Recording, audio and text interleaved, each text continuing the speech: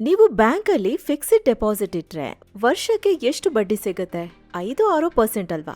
ಆದ್ರೆ ಯಾರಾದ್ರೂ ನಿಂಬಳಿ ಬಂದು ನನಗೆ ದುಡ್ಡು ಕೊಡಿ, ಮನೇಲೆ ಕೂರಿಸಿ ವರ್ಷಕ್ಕೆ ಬರೋಬರಿ 36% ಬಡ್ಡಿ ಕೊಡ್ತೀನಿ ಅಂದ್ರೆ ನೀವೇನ್ ಮಾಡ್ತೀರಾ? ಖಂಡಿತ ಇದ್ಯಾವುದೋ ಫ್ರಾಡ್ ಅಂತ ನೀವು ಹುಷಾರಾಗ್ಬೋದು. ಆದ್ರೆ ಬೆಳಗಾವಿಯ 45,000 ಜನ ಇದೇ ಆಸೆಗೆ ಬಿದ್ದು ಈಗ ಬರೋಬರಿ 4,500 ಕೋಟಿ ರೂಪಾಯಿ ಕಳ್ಕೊಂಡು ಕಣ್ಣೀರ್ ಹಾಕ್ತಿದ್ದಾರೆ. ಹೌದು, 4,500 ಕೋಟಿ ರೂಪಾಯಿ. ರಾಜ್ಯವನ್ನೇ ಬೆಚ್ಚಿ ಬೀಳ್ಸಿರೋ ಈ ಮೆಗಾ ಸ್ಕ್ಯಾಮ್ ಮಾಡಿದ್ದು ಯಾವುದೋ ಫೈನಾನ್ಸ್ ಎಕ್ಸ್ಪರ್ಟ್ ಅಲ್ಲ, ಬದಲಾಗಿ ಬೀದಿಲಿ ಐಸ್ ಕ್ರೀಮ್ ಮಾರ್ತಿದ್ದ ಒಬ್ಬ ಸಾಮಾನ್ಯ ಯುವಕ. ಅಷ್ಟಕ್ಕೂ ಯಾವ ಲೀಗಲ್ ಪರ್ಮಿಷನ್ ಇಲ್ದಿದ್ರೂ ಇವನು ಸಾವಿರಾರು ಕೋಟಿ ಕಲೆಕ್ಟ್ ಮಾಡಿದ್ ಹೇಗೆ? ಬುದ್ಧಿವಂತರು, ರಿಟೈರ್ಡ್ ನೌಕರರು ಕೂಡ ಈತನ ಸ್ಕೆಚ್ಗೆ ಕ್ಲೀನ್ ಬೋರ್ಡ್ ಆಗಿದ್ದಾದ್ರೂ ಯಾಕೆ? ಬನ್ನಿ, ವ್ಯವಸ್ಥೆಯ ಕಣ್ಣಿಗೆ ಮಣ್ಣೆರಚಿದ ಆ 4,500 ಕೋಟಿ ಕಳ್ಳಾಟದ ಕಂಪ್ಲೀಟ್ ಸ್ಟೋರಿ ರಿವೀಲ್ ಮಾಡೋಣ.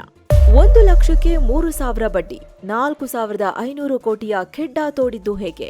ಈ 4,500 ಕೋಟಿ ಲೂಟಿಯ ರೂವಾರಿ ಅದೇ ಐಸ್ ಕ್ರೀಮ್ ವ್ಯಾಪಾರಿ ಯುವಕನ ಹೆಸರು ಶಿವಾನಂದ್ ನೀಲಣ್ಣವರ್. ಮೂಲತಃ ಹುಬ್ಬಳ್ಳಿಯವನು. ಯಾವುದೇ ಕಷ್ಟಪಡದೆ ಜನರ ದುಡ್ಡಲ್ಲೇ ದೊಡ್ಡ ಕುಳ ಆಗ್ಬೇಕು ಅಂತ ಸ್ಕೆಚ್ ಹಾಕಿದ ಈತ 2012ರ ಆಸುಪಾಸ್ನಲ್ಲಿ ಒಂದು ಕಂಪನಿ ಶುರು ಮಾಡ್ತಾನೆ. ಅದರ ಹೆಸರು ಶಿವಂ ಅಸೋಸಿಯೇಟ್ಸ್. ಇದೇನ್ ಬ್ಯಾಂಕ್ ಆಗಿತ್ತಾ? ಇಲ್ಲ, ಕನಿಷ್ಠ RBIಯಿಂದ ಪರ್ಮಿಷನ್ ಪಡೆದ ಫೈನಾನ್ಸ್ ಕಂಪನಿನ? ಅದು ಕೂಡ ಅಲ್ಲ.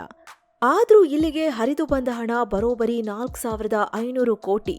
ಅಷ್ಟೊಂದು ಹಣ ಯಾಕೆ ಬಂತು? ಕಾರಣ ಈ ಶಿವಾನಂದ್ ಜನರಿಗೆ ಕೊಟ್ಟ ಆ ಒಂದು ಆಫರ್.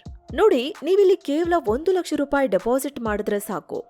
ಯಾವ ಕೆಲ್ಸನೂ ಮಾಡದೆ ಪ್ರತಿ ತಿಂಗಳು 3,000 ರೂಪಾಯಿ ನಿಮ್ಮ ಅಕೌಂಟ್ಗೆ ಜಮಾ ಆಗ್ತಿತ್ತು. ಅಂದ್ರೆ ವರ್ಷಕ್ಕೆ ಬರೋಬರಿ 36% ರಿಟರ್ನ್ಸ್. ಬ್ಯಾಂಕ್ನಲ್ಲಿ ಇಟ್ರೆ ಸಿಗೋದು ವರ್ಷಕ್ಕೆ ಬರೀ 5-6%. ಆದ್ರೆ ಇಲ್ಲಿ ವರ್ಷಕ್ಕೆ 36% ಬಡ್ಡಿ ಸಿಗುತ್ತೆ ಅಂದಾಗ ಜನ ಮರುಳಾಗೋದು ಸಹಜ ಅಲ್ವಾ? ಶಿವಾನಂದ್ ಬಂಡವಾಳ ಮಾಡ್ಕೊಂಡಿದ್ದೆ ಜನರ ಈ ಆಸೆಯನ್ನ. ಬೆಳಗಾವಿ, ಹುಬ್ಬಳ್ಳಿ ಸೇರಿದಂತೆ ಇಡೀ ಉತ್ತರ ಕರ್ನಾಟಕದ ಜನ ಇವನನ್ನ ದೇವರ ತರ ನಂಬಿದ್ರು. ರೈತರು, ರಿಟೈರ್ಡ್ ಆದವರು, ಕಷ್ಟಪಟ್ಟು ದುಡಿಯೋ ಕಾರ್ಮಿಕರು, ಹೀಗೆ ಬರೋಬರಿ 45,000 ಜನ ತಮ್ಮ ಭವಿಷ್ಯವನ್ನ ಇವನ ಕೈಗೆಟ್ರು. ವಿಷಾದದ ಸಂಗತಿ ಅಂದ್ರೆ ಇಲ್ಲಿ ಮೋಸ ಹೋದವರಲ್ಲಿ ಅತಿ ಹೆಚ್ಚು ಜನ ಮಾಜಿ ಯೋಧರು. ಇದು ಕೇವಲ ಬೆಳಗಾವಿಗೆ ಸೀಮಿತ ಆಗಿರ್ಲಿಲ್ಲ. ಅಕ್ಕಪಕ್ಕದ ಜಿಲ್ಲೆಗಳು ಅಷ್ಟೇ ಯಾಕೆ, ಅಕ್ಕಪಕ್ಕದ ರಾಜ್ಯಗಳಿಂದಲೂ ಇಲ್ಲಿಗೆ ಕೋಟಿ ಹಣ ಹರಿದು ಬಂತು. ಆದ್ರೆ ಬರೀ ಬಾಯಿ ಮಾತಿನಲ್ಲಿ ಇಷ್ಟೊಂದು ಜನ ನಂಬಿ ದುಡ್ಡು ಕೊಡೋಕೆ ಸಾಧ್ಯನಾ? ಖಂಡಿತ ಇಲ್ಲ. ಅದಕ್ಕೆ ಈತ ಒಂದು ಭರ್ಜರಿ ಟ್ರಸ್ಟ್ ಬಿಲ್ಡ್ ಮಾಡಿದ್ದ.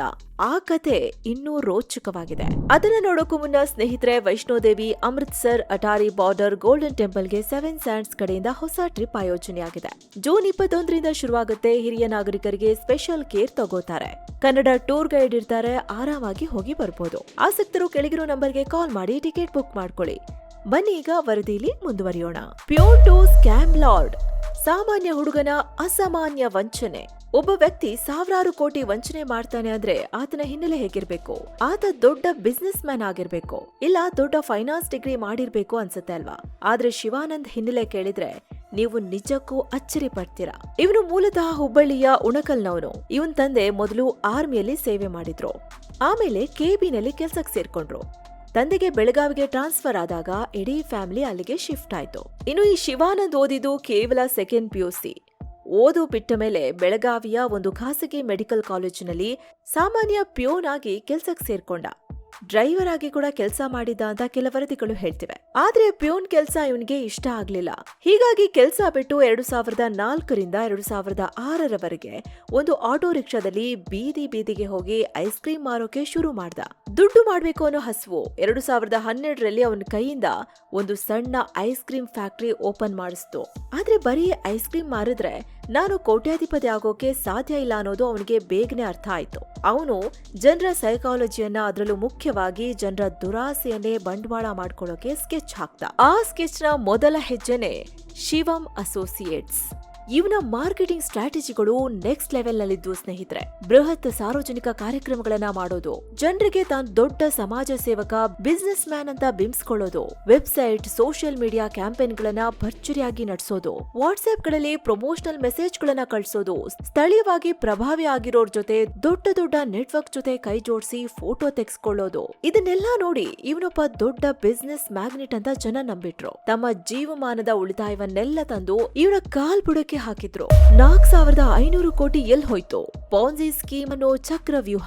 ಈಗ ನಿಮ್ಗೊಂದು ದೊಡ್ಡ ಡೌಟ್ ಬಂದಿರ್ಬೇಕು, ಇಷ್ಟೊಂದು ಸಾವಿರಾರು ಕೋಟಿ ಹಣ ಬರ್ತಿದೆ ಅಂದ್ರೆ ಅದನ್ನ ಎಲ್ಲಿ ಇನ್ವೆಸ್ಟ್ ಮಾಡ್ತಿದ್ದ, ಯಾವ ಬಿಸ್ನೆಸ್ ನಿಂದ ಇವನಿಗೆ ಅಷ್ಟು ಲಾಭ ಬರ್ತಿತ್ತು? ರಿಯಲ್ ಎಸ್ಟೇಟಾ, ಶೇರ್ ಮಾರ್ಕೆಟಾ, ಇಲ್ಲ ಚಿನ್ನದ ಮೇಲ? ಉತ್ತರ ಎಲ್ಲೂ ಇಲ್ಲ. ಇದನ್ನೇ ಫೈನಾನ್ಸ್ ಭಾಷೆಯಲ್ಲಿ ಪಾನ್ಜಿ ಸ್ಕೀಮ್ ಅಂತ ಕರೆಯೋದು. ಇಲ್ಲಿ ಏನಾಗುತ್ತೆ ಗೊತ್ತಾ, ಇದು ಒಂಥರ ಮ್ಯೂಸಿಕಲ್ ಚೇರ್ ಗೇಮ್ ಇದ್ದ ಹಾಗೆ. ಹೊಸದಾಗಿ ಹೂಡಿಕೆ ಮಾಡೋರ್ ಹತ್ರ ಅಸಲು ಇಸ್ಕೊಳ್ಳೋದು, ಆ ದುಡ್ಡಲ್ಲೇ ಸ್ವಲ್ಪ ಭಾಗ ತೆಗೆದು ಹಳಬರಿಗೆ ಇದೇ ನಿಮ್ಮ ಬಡ್ಡಿ ಅಂತ ಕೊಡೋದು. ಇಲ್ಲಿ ಯಾವುದೇ ವ್ಯಾಪಾರ ಇರಲ್ಲ, ಕೇವಲ ಹಣ ರೊಟೇಟ್ ಆಗ್ತಿರತ್ತೆ ಅಷ್ಟೇ. ಹೊಸ ಬಲಿಪಶುಗಳು ಬರೋದು ಎಲ್ಲಿವರೆಗೆ ನಿಲ್ಲಲ್ವೋ ಅಲ್ಲಿವರೆಗೆ ಮಾತ್ರ ಈ ಚಕ್ರ ಉರುಳುತ್ತೆ. ಇದನ್ನ ಮತ್ತಷ್ಟು ಪ್ರೊಫೆಷನಲ್ ಆಗಿ ಮಾಡೋಕೆ ಶಿವಾನಂದ್ ಅಕ್ಯುಮೆನ್ ಅನ್ನೋ ಒಂದು ಆಪ್ ಕೂಡ ಲಾಂಚ್ ಮಾಡಿದ್ದ. ಆ ಆಪ್ ಮುಖಾಂತರ ಜನರಿಗೆ ಆನ್ಲೈನ್ ಅಲ್ಲೇ ಇನ್ವೆಸ್ಟ್ ಮಾಡೋಕೆ ಅವಕಾಶ ಕೊಟ್ಟಿದ್ದ. ಡಿಜಿಟಲ್ ವಾಲೆಟ್, ಆನ್ಲೈನ್ ಟ್ರಾನ್ಸಾಕ್ಷನ್ ಎಲ್ಲಾನು ಪಕ್ಕಾ ಕಾರ್ಪೊರೇಟ್ ಲೆವೆಲ್ ನಲ್ಲಿ ನಡೀತಿತ್ತು.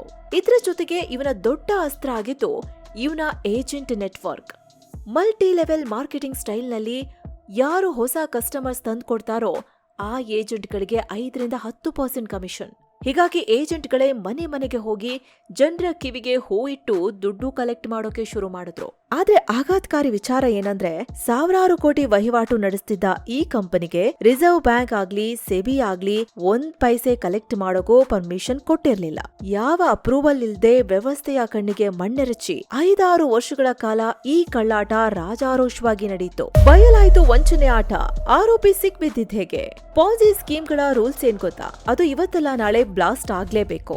ಶಿವಂ ಅಸೋಸಿಯೇಟ್ಸ್ ಕತೆ ಕೂಡ ಹಾಗೆ ಆಯ್ತು. ಯಾವಾಗ ಹೊಸದಾಗಿ ಇನ್ವೆಸ್ಟ್ ಮಾಡೋರ್ ಸಂಖ್ಯೆ ಕಮ್ಮಿ ಆಯ್ತೋ ಈ ಚಕ್ರವ್ಯೂಹದ ಲೆಕ್ಕಾಚಾರ ಉಲ್ಟಾ ಹೊಡೆಯೋಕೆ ಶುರುವಾಯ್ತು. ಹಳಬರಿಗೆ ತಿಂಗಳ ಬಡ್ಡಿ ಕೊಡೋದು ನಿಂತ್ ಹೋಯ್ತು, ರಿಟರ್ನ್ಸ್ ಬರೋದು ಡಿಲೇ ಆಗೋಕೆ ಶುರುವಾಯ್ತು. ಜನ ಕೇಳಿದ್ರೆ ಸರ್ವರ್ ಪ್ರಾಬ್ಲಮ್, ಆಡಿಟ್ ನಡೀತಿದೆ ಅಂತ ನೆಪಗಳನ್ನ ಹೇಳೋಕೆ ಶುರು ಮಾಡಿದ್ರು. ತಿಂಗಳುಗಳು ಉರುಳಿದ್ವು, ಬಡ್ಡಿಯೂ ಇಲ್ಲ ಅಸ್ಲೂ ಇಲ್ಲ ಅಂದಾಗ ಜನರಿಗೆ ತಮಗೆ ಮೋಸ ಆಗಿದೆ ಅಂತ ಅರಿವಾಯ್ತು. ತಾಳ್ಮೆ ಕಳ್ಕೊಂಡ ಹೂಡಿಕೆದಾರರು ರೋಡಿಗಿಳಿದ್ರು. ಕೊನೆಗೆ 2026 ಮೇ 15 ಶುಕ್ರವಾರ ಸಂಜೆ ಈ ಆಕ್ರೋಶ ಪೊಲೀಸ್ ಠಾಣೆ ಮೆಟ್ಟಿಲೇರಿತು. ಬೆಳಗಾವಿಯ ಮಾಳಮಾರುತಿ ಪೊಲೀಸ್ ಠಾಣೆಯಲ್ಲಿ ಶಿವಾನಂದ್ ವಿರುದ್ಧ ಮೊದಲ ಎಫ್ಐಆರ್ ದಾಖಲಾಯಿತು. ಕೇಸ್ನ ಗಂಭೀರತೆ ಅರಿತ ಪೊಲೀಸರು ತಕ್ಷಣನೇ ಫೀಲ್ಡ್ಗಿಳಿದ್ರು. ಆರೋಪಿ ಶಿವಾನಂದ್ ಮತ್ತು ಆತನ ಸಹಚರರ ಮೇಲೆ ರೇಡ್ ಮಾಡಿದ್ರು. ಅವನ ಮನೆ, ಆಫೀಸ್, ಅಪಾರ್ಟ್ಮೆಂಟ್ ಮೇಲೆ ಮೆಗಾ ದಾಳಿ ಆಯ್ತು. ಅಲ್ಲಿ ಸಿಕ್ಕ ದಾಖಲೆಗಳು ಪೊಲೀಸರನ್ನೇ ದಂಗಾಗುವಂತೆ ಮಾಡಿತ್ತು. ಬರೋಬ್ಬರಿ 2800ಕ್ಕೂ ಹೆಚ್ಚು ಬ್ಯಾಂಕ್ ರೆಕಾರ್ಡ್ಸ್, ಬಾಂಡ್ ಪೇಪರ್ಗಳು, ಹಲವಾರು laptop, mobile phones, digital transaction data, 100 bank account details ಜೊತೆಗೆ ಸಾವಿರಾರು ಖಾಲಿ ಚೆಕ್ಗಳನ್ನ ಪೊಲೀಸರು ಜಪ್ತಿ ಮಾಡಿದ್ದಾರೆ. ಸದ್ಯ ಪೊಲೀಸರು ವಂಚಕ ಶಿವಾನಂದನನ್ನ ಅರೆಸ್ಟ್ ಮಾಡಿ ಜೈಲಿಗಟ್ಟಿದ್ದಾರೆ. ಈತನ ಮೇಲೆ 2 ಅತ್ಯಂತ ಕಠಿಣ ಕಾನೂನುಗಳ ಅಡಿಯಲ್ಲಿ ಕೇಸ್ ದಾಖಲಾಗಿದೆ. ಒಂದು ಕೇಂದ್ರ ಸರ್ಕಾರದ buds act, banning of unregulated deposit schemes act. ಎರಡನೇದು ರಾಜ್ಯ ಸರ್ಕಾರದ KPID act, Karnataka protection of interest of depositors. ಈ ಕಾನೂನುಗಳ ಪ್ರಕಾರ ಯಾರೂ ಬೇಕಾಬಿಟ್ಟಿ ಸಾರ್ವಜನಿಕರಿಂದ ಠೇವಣಿ ಸಂಗ್ರಹಿಸುವಂತಿಲ್ಲ. ಒಂದ್ ವೇಳೆ ಸಾಬೀತಾದ್ರೆ ಆರೋಪಿಗಳ ಆಸ್ತಿಯನ್ನ ಮುಟ್ಟುಗೋಲು ಹಾಕಿಕೊಳ್ಳೋ ಕಠಿಣ ಅಧಿಕಾರ ಸರ್ಕಾರಕ್ಕಿರುತ್ತೆ. ಕೇಸ್ನ ವ್ಯಾಪ್ತಿ ತುಂಬಾ ದೊಡ್ಡದಿರೋದ್ರಿಂದ ಈಗ ಈ ಇಡೀ ಪ್ರಕರಣದ ತನಿಖೆಯನ್ನ ಸಿಐಡಿಗೆ ಒಪ್ಪಿಸಲಾಗಿದೆ. ಸಿಐಡಿ ತನಿಖೆ ನಡೀತಿದೆ ಸರಿ, ಆದ್ರೆ 45,000 ಜನರ ಅತಿ ದೊಡ್ಡ ಪ್ರಶ್ನೆ ಒಂದೇ, ನಮ್ಮ ಕಷ್ಟದ ದುಡ್ಡು ನಮಗೆ ವಾಪಸ್ ಸಿಗುತ್ತಾ? ವಾಸ್ತವ ಏನಂದ್ರೆ ಇಂಥ ಕೇಸ್ಗಳಲ್ಲಿ ವಂಚಕರು ಆಸ್ತಿಯನ್ನ ಬೇರೆ ಬೇರೆ ಹೆಸರಲ್ಲಿ ಹೂಡಿಕೆ ಮಾಡಿರ್ತಾರೆ, ಇಲ್ಲ ಹವಾಲಾ ಮೂಲಕ ವಿದೇಶಕ್ಕೆ ಸಾಗಿಸಿರ್ತಾರೆ. ಕೋರ್ಟ್ ಮುಖಾಂತರ ಆಸ್ತಿ ಜಪ್ತಿಯಾಗಿ ಅದು ಹರಾಜಾಗಿ ಹೂಡಿಕೆದಾರರ ಕೈಗೆ ದುಡ್ಡು ಬರೋ ಹೊತ್ತಿಗೆ ದಶಕಗಳೇ ಕಳೆದು ಹೋಗಿರುತ್ತೆ. ಐಎಂಎ ಮೀರಿಸಿದ ಸ್ಕ್ಯಾಮ್. ಸ್ನೇಹಿತರೆ, ಕರ್ನಾಟಕದಲ್ಲಿ ಇಂಥ ಸ್ಕ್ಯಾಮ್ ಆಗ್ತಿರೋದು ಇದೇ ಮೊದಲಲ್ಲ. ಕೆಲ ವರ್ಷಗಳ ಹಿಂದೆ ಬೆಂಗಳೂರಿನಲ್ಲಿ ನಡೆದ ಐಎಂಎ ಸ್ಕ್ಯಾಮ್ ನಿಮ್ಗೆ ನೆನಪಿರಬಹುದು. ಈ ಐಎಂಎ ಸ್ಕ್ಯಾಮ್ ನಲ್ಲಿ ಜನ 4,000 ಕೋಟಿ ಕಳೆದುಕೊಂಡಿದ್ರು. ಆದ್ರೆ ಬೆಳಗಾವಿಯ ಈ ಸ್ಕ್ಯಾಮ್ ಐಎಂಎ ದಾಖಲೆಯನ್ನು ಬ್ರೇಕ್ ಮಾಡಿದೆ. ನಾವು ಜನ ಯಾಕೆ ಪದೇ ಪದೇ ಪಾಠ ಕಲಿಯಲ್ಲ ಅನ್ನೋದೇ ದೊಡ್ಡ ವಿಪರ್ಯಾಸ. ಇಂಥ ವಂಚನೆಗಳ ಬಗ್ಗೆ ನಮ್ಮ ರಿಸರ್ವ್ ಬ್ಯಾಂಕ್ ಆಫ್ ಇಂಡಿಯಾ ಪದೇ ಪದೇ ಎಚ್ಚರಿಕೆ ಕೊಡ್ತಾನೆ ಇರುತ್ತೆ. ಆದ್ರೆ ಇಂಥದ್ದು ಮತ್ತೆ ಮತ್ತೆ ಮರುಕಳಿಸ್ತಾ ಇರುತ್ತೆ. ಸ್ನೇಹಿತರಲ್ಲಿ ನಮ್ಮ ಸಲಹೆ ಏನಂದ್ರೆ, ಅತಿ ಹೆಚ್ಚು ಮತ್ತು ಅತಿ ವೇಗವಾಗಿ ರಿಟರ್ನ್ಸ್ ಕೊಡ್ತೀವಿ ಅನ್ನೋ ಸ್ಕೀಮ್ಗಳು ಯಾವಾಗ್ಲೂ ರಿಸ್ಕಿ ಆಗಿರುತ್ತೆ. ಯಾವುದೇ ಸ್ಕೀಮ್ಗೆ ದುಡ್ಡು ಹಾಕೋ ಮುನ್ನ ಆ ಕಂಪನಿಯ ಬ್ಯಾಕ್ಗ್ರೌಂಡ್ ಮತ್ತು ಪರ್ಫಾರ್ಮೆನ್ಸ್ ಅನ್ನ ಕಡ್ಡಾಯವಾಗಿ ಚೆಕ್ ಮಾಡಿ.